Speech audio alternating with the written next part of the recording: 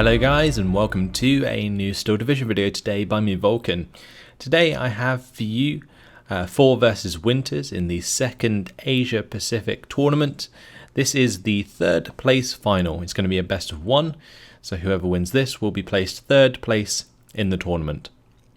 So this is quite an interesting game because it's the first time we've seen Merderet on a 1v1 in a tournament, I think, throughout any of the tournaments, honestly.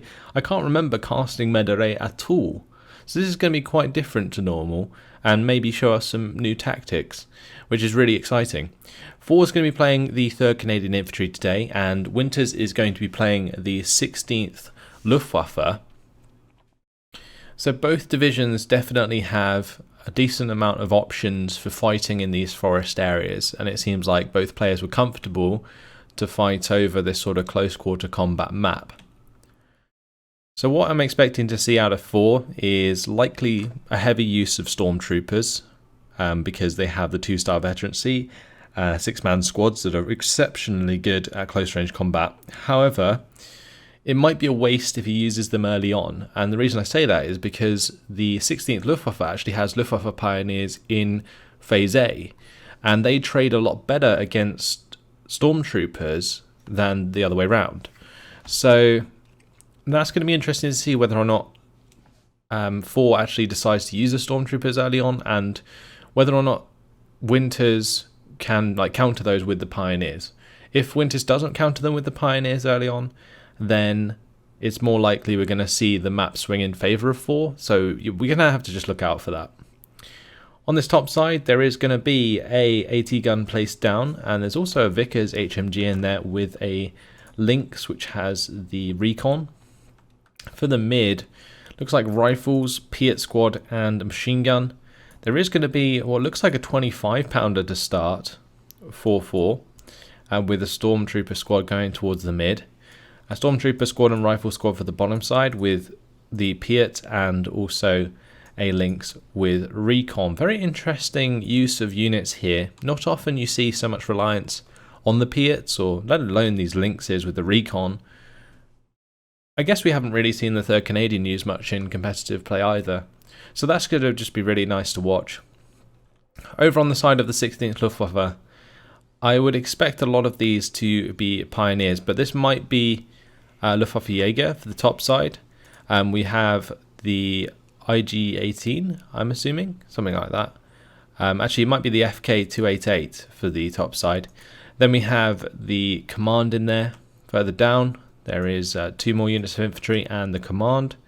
And then another 2 units of infantry, command, another FK, I'm assuming, with the Kubel machine gun there and a Panzerschreck squad.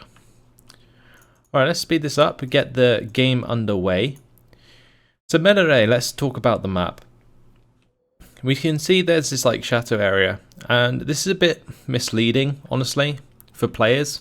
But basically, it's very easy to get confused that this road is the 50-50 down the mid, when it's actually not. So if FoR plays around the mid as if this is the 50-50, Winters automatically gets an advantage, and that's something that you got to watch out for. It's one of those sort of misleading things. It's a lot like Odon in the map, where a lot of people assume that the river is 50-50, when at the start it's most clearly not. So that's just one of those things that really occurs in Merderet, and can make some people call it unbalanced, per se. Anyway, let's see what these guns are. That is indeed an FK-288. We probably have another one on the top side there. The next thing to look out for is if these are Luftwaffe Pioneer. There is some in the middle there, but it looks like there's also Luftwaffe Jäger. So, depending on where the Stormtroopers go, it looks like the Luftwaffe Pioneer will be able to counter these Stormtroopers, which is good for Winters. Just got to be careful that he doesn't stack his Luftwaffe Jäger on top of that, though. Otherwise, the Stormtroopers will do quite a considerable amount of damage with the TNT there. But the reason this is a good matchup, by the way, guys, is because the Luftwaffe Pioneer have not only 2 grenades, but 1 grenade from the Stormtroopers won't kill off an entire Luftwaffe Pioneer squad. So the Luftwaffe Pioneer are likely to survive. The Luftwaffe Jäger, however, are not. So if the Luftwaffe Jäger bump into those stormtroopers, that's not going to be much fun for Winters.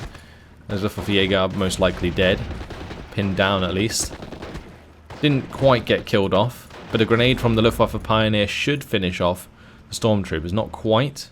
Looks like another engagement there is required, but the stormtroopers will probably go down. There we go.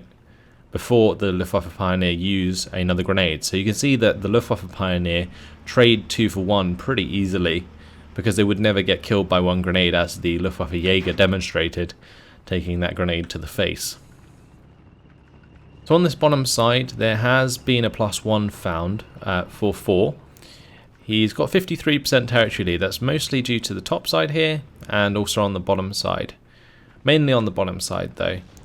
We can see the FK288 being hit hard by the 25-pounder. And this UE 630 isn't really in a very good position. It's not even the one with the machine gun actually. So even if the Panzerschreck squad unloaded, it wouldn't still be affecting the front line. So that's a big issue actually, because this 25-pounder is very close to actually killing off this FK288, and that FK has done nothing. This may also cause the Luftwaffe Jäger to be pinned down, which is just going to collapse his front line on the bottom side. And FoR's just going to be able to run them down with the infantry. However, Winter's coming back strong in the mid. Looks like he's pushing on hard there with his infantry. Let's see how far he tries to get. It seems he just wants control of this chateau. Luftwaffe Jäger are going to be engaging stormtroopers at 100-meter range. Not exactly what they want to be doing. Luftwaffe Jäger rightly running away from that engagement. Only took 2 damage from the grenade due to their movement. Smoke's going to be coming down from the Luftwaffe Führer. Actually, that was from the stormtroopers themselves to try and get close onto the Luftwaffe Jäger. I thought that was a defensive move from Winters, but it was actually an offensive move from FoR. So Luftwaffe Pioneers and stormtroopers literally walking right past each other in that smoke. That's incredible.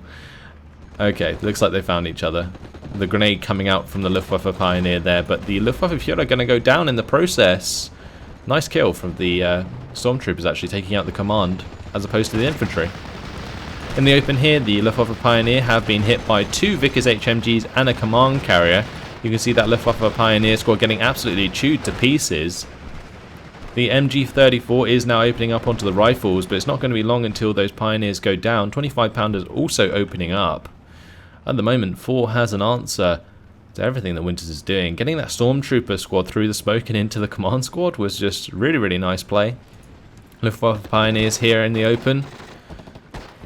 Looks like they're still retaining the heavy cover, so grenade on grenade action there. Oh, the Stormtroopers actually managed to delete the Luftwaffe Pioneer because they did enough damage before the grenade landed. There's an 88 on the bottom side. Not entirely sure how useful that's going to be.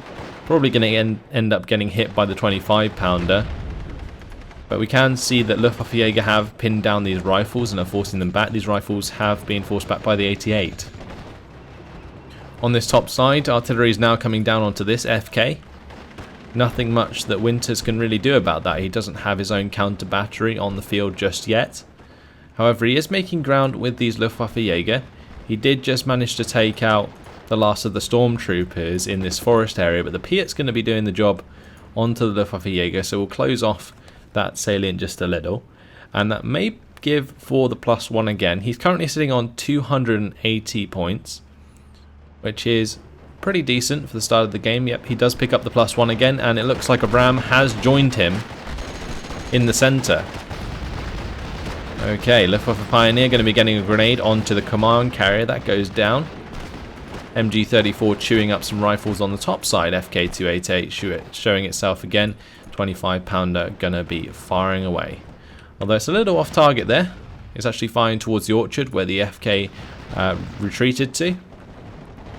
Luftwaffe Pioneer going to be fending off the rifles for now. Luftwaffe Jäger going to be the threat that forces back the ram too. Honestly, this is still pretty dangerous for the ram. However, if the machine gun from the ram opens up, it looks like the Luftwaffe Jägers will go down. Yep, they're going to die very quickly. And that's a shame. I feel like this Luftwaffe Führer could have used its grenades a bit more. Like maybe walked with them and got a grenade closer, like a smoke grenade closer to the ram too, so that it wasn't exposed before they got in the building. These Luftwaffenjäger now being surrounded, that's going to have them cut off. That's going to go to 52% territory lead. Rifles are trying to make some ground here. Maybe these rifles or pioneers should be jumped to building forwards so they can grenade the rifles there. I think they'll just about be in range. Piet squad going to be aiming at the Luftwaffenjäger here before they unload. Piet squad, are they going to get away from this MG34? Yes, they will. So now we just have the Ram 2 engaging at close range. Also, the Vickers HMG is doing a lot of damage to these Luftwaffe pioneers. Trying to stay on return fire, but not being allowed to. Flak-Vulling's rolling up with his 2-star veterancy. He's going to be engaging the Ram 2. Not entirely convinced that's the best move there. I guess he might be able to actually pin down that Ram 2. That would be a very interesting play indeed, because the Ram 2 doesn't actually have HE on its main gun that can shoot the Flak-Vulling. So the Flak-Vulling could actually end up pinning the Ram 2 before it happens the other way around. On this bottom side, 88 has moved up. A couple of Luftwaffenjäger still trying to hold back rifles there. A bit precarious on that bottom side though, for sure. Ram 2 has been forced to fall back, but this Wasp is going to be advancing through the smoke and engaging the Flak-Vulling. That Flak-Vulling is very dead if it gets, pinned down. That's not good. That needs to be told to fall back sooner than later, otherwise it will die very quickly to this Wasp. It looks like the Luftwaffe Führer there also close to going down. Another Wasp's going to be taken out by the 88 here. Why is that Flak-Vulling not falling back yet? It's taking its sweet time. The command goes down in the process. The Flak-Vulling actually retreats in a pretty dodgy way. May just get out alive. As long as it stays hidden. Seems like Winters is going to be keeping that Flak-Vulling there for another day. But command has gone down in the mid. The Ram 2 is still perfectly fine. Does have to be careful of this 88. Because we now see the FK288 on this top side starting to try and pin that down. Luftwaffenjäger going to be opening up onto these rifles. 88 there, going to be hitting them as well. That's another Flak-Vulling rolling in. And it seems as though Winters is pretty adamant on using anti-air to destroy infantry, which is okay. But these 88s really aren't very effective at that job. Maybe this one down on the bottom side is in a pretty good place now. It can cover the road and stop the advance of the Wasp 2s and the command carrier and the links there. That's one thing that the 88 can do, but as soon as this 25 pounder gets reloaded, that's just going to start causing havoc for Winters once again. The only reason that Winters is able to recuperate at this time and sort of solidify the front line for him is quite simply because his 25 pounders run out of ammunition. If that 25 pounder was still firing, there's no way that these 88s would still be allowed to be in position and will start to be pinned down once again. We have now reached phase B as well, which does mean 2-star sextons are available for purchase, and there we go. Just as I say it, FoR's going to be bringing one in straight away. He knows that's what he needs to defeat the 16th Luftwaffe. Artillery all the way. Luftwaffe Fusiliers trying to make some ground here. I think they were possibly going to go for the surrender on the Wasp 2, but the rifle leader clearly here, not going to allow that to happen. Luftwaffe Fusiliers now going to be hitting the Stormtroopers, but the Stormtroopers did get into the 100-meter range, so the Luftwaffe Fusiliers going to be taking the pain, that's for sure. They go down. We see the vehicle on the top side also go down to the 6-pounder there. Crazy stuff. So the UE-630MG, that needs to drop down a little bit, maybe start engaging the Wasp 2 here. Seems as though these Luftwaffenjägers, though, on their own are kind of overextending because they're losing the cover of this 88. The 88 is still moving forwards, but look at the line of sight just like slowly disappearing. Both of the Luftwaffenjäger squads just got taken out. This 88 would much prefer to be back here right now because you don't want to be enclosing upon an 88 at that range. Like this Wasp could just go around the corner, start flaming that 88. The 88 would get pinned down. That would be dead. It's as simple as that. You can even distract it with the links if you want to make sure that the Wasp can get the shot in. Luftwaffenjäger is going to be engaging the rifles. This was a squad that was surrounded earlier, is going to be surrounded again. This time with rifles coming up the rear. 25 pounders now engaging the Flak 88. The links did get shot, but wasn't quite micro properly. Maybe FoR didn't quite see it, but this Wasp should be able to engage straight away.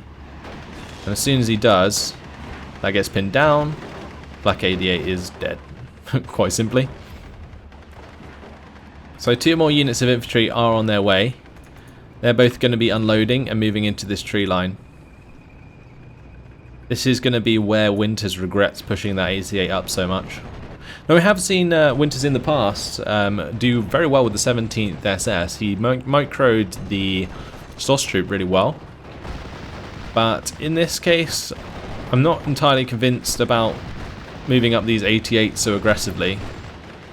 It seems like he's just getting them into really awkward positions, which is allowing them to be killed off very quickly. Wasp here is going to try and clean up these Luftwaffe Jäger, and we also see this Flakvling, again, really close range, just going to get pinned down by the Wasp, and then killed off. It just confuses me. The 88 might be able to save the day here if it finds line of sight. But if it doesn't, that's going to be a dead Flakvling. We're going to see the Luftwaffe Pioneer here in the open get pinned down pretty quickly. Can the 88 do the job? Yes, it can. Okay, just before it gets pinned down as well, the 25 pounder was on the case. New vehicle has been brought in here. That's going to be the Multia with another 88, 2-star 88. There's a 2-star 88 coming down to the bottom side. I'm not convinced about the 88 play here. I don't think it's necessarily the correct move against what FoR is putting up. These Wasps at close range can just melt 88s, and FoR's already started using the 25 pounders from the start of the game, which in my opinion would force you to sort of pursue a different tactic with the 16th Luftwaffe. Because it seems like Winters had a game plan in his head, like, oh, I'm going to use my infantry, my Luftwaffe Pioneers, to beat his infantry, which is a good idea. But then, like, following them up with 88s, that's okay if you're against, like, an armoured division, which isn't utilising artillery so much. But the Canadians, they definitely have very strong artillery, and we can see it coming into effect here. 88 goes down almost immediately after it's brought in. We see the Sexton on the top side killing off the FK. So that's dead as well. The infantry is still making ground, but there's going to be nothing to fall back on. These 88s are just getting too far up. They're sitting in line of sight, when ideally you want to have them sit further back, like on this hedgerow here, for example, would be a really good place to just have the 88 instead of pushing it all the way up, because then it can kill off the Wasp, it can kill off any other vehicles that try and come through. Oh, we do see the Assault Pioneers here with their flamethrowers trying to kill the Luftwaffe Pioneer, but the grenade was already thrown. One shot kill there for the grenade. Lovely stuff. Yeah, like, I think a push with the Flak Panzer Bren, or the Panzerjäger Bren, and also the Panzerjäger, or the Flak Panzer Bren, sorry. So yeah, the Panzerjäger Bren and the Flak Panzer Bren, those would have been much more suited vehicles to accompany the infantry in these pushes rather than relying on the 88s. I think those definitely would have been much better to use. So Panzerjäger Bren here going to be engaging a Sherman, probably not the best target for that vehicle, that's for sure. Going to find that out very shortly. Flakvling here is going to rip to shreds these rifles. And when the Flakvlings do find the right targets, they will do a lot of damage. But so far, any Flakvling that's appeared on the map has bumped into a Wasp. And that's not exactly where you want to be. It looks like that Wasp was actually ended up being taken out by the Pioneers here with their second grenade. But now we see a Kangaroo moving up with some armor. And that's just going to open up with its 50 cal and rip these squads to shreds. So still a +1 in all this time as well, 4-4. So things aren't really going very well for Winters at the moment. He's kind of losing control slowly but surely. These artillery pieces are going to continue to rack up kills without being answered themselves. And that's just going to turn into a very big disparity eventually. We also see the 88s dropping like flies. And that's definitely not something you want to see. Also, it looks like the Storch here just about managed to get away. Spitfire Mark 9 forced back. Looks like due to an 88 shot possibly. But 88 going to be continuing to engage on the ground, however. Luftwaffe Jaeger are pinning down rifles on the bottom side, and honestly, availability of infantry for FoR down here is pretty low, but the Sherman 3 going to be more than enough to absolutely hammer some of these Luftwaffe Jaegers. I guess the only good thing that could occur here is this Luftwaffe Jaeger, for whatever reason, is allowed to fire its Panzerfaust at the Sherman 3. But I don't think FoR wants that to happen. So he was trying to like rush them down before they got into cover. Now instead going to just reverse away from that and not let it happen. So he's going to have to relinquish a little bit of ground there. Sexton did just clear up the 88 in the mid. Panzerjägerbrenns have arrived to try and kill off some of the army here. Now it looks like this Sherman actually ended up getting killed. That must have been the 88's work. Getting the job done there. These Panzerjägerbrenns are capable of killing this kangaroo. And if they can do so, it may lead the way for some more infantry play from Winters. But at the moment, I'm finding it very hard to see Winters succeeding in this match due to the disparity of units on the field. We have the Sherman 3 in this bottom side, which can absolutely control this area, especially if this flak ends up being spotted. That's just going to get RT'd again. Artillery coming in on the top side has been very effective so far. There is a little bit of a weak spot for FoR in the mid with these two Panzerjägerbrenns attacking, especially with the Sherman 3 dead there.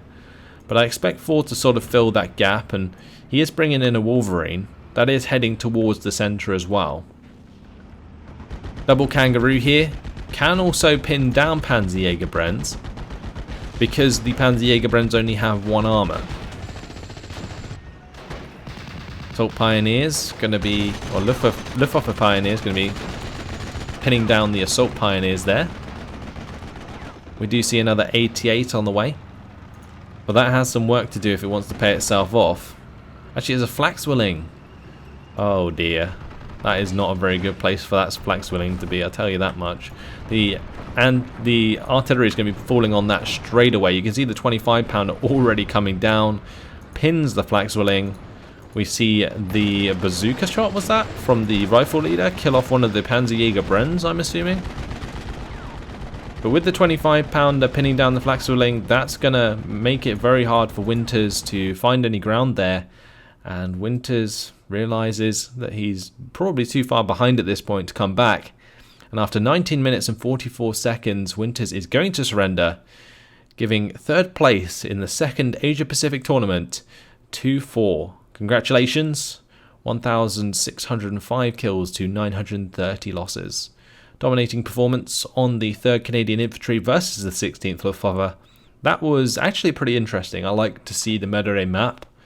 There was sort of an interesting tactic out of Winters using his infantry alongside those 88s. But I really feel like Flak Panzerbrenn's alongside Panzerjägerbrenns would have been a lot better than trying to rely on those 88s, because those 88s are so damn expensive in comparison. These Citroëns are also pretty nice fire support, relatively slow though, that's the only trouble. And you can see just how much work that 25-pounder that FoR decided to bring in at the start of the game did.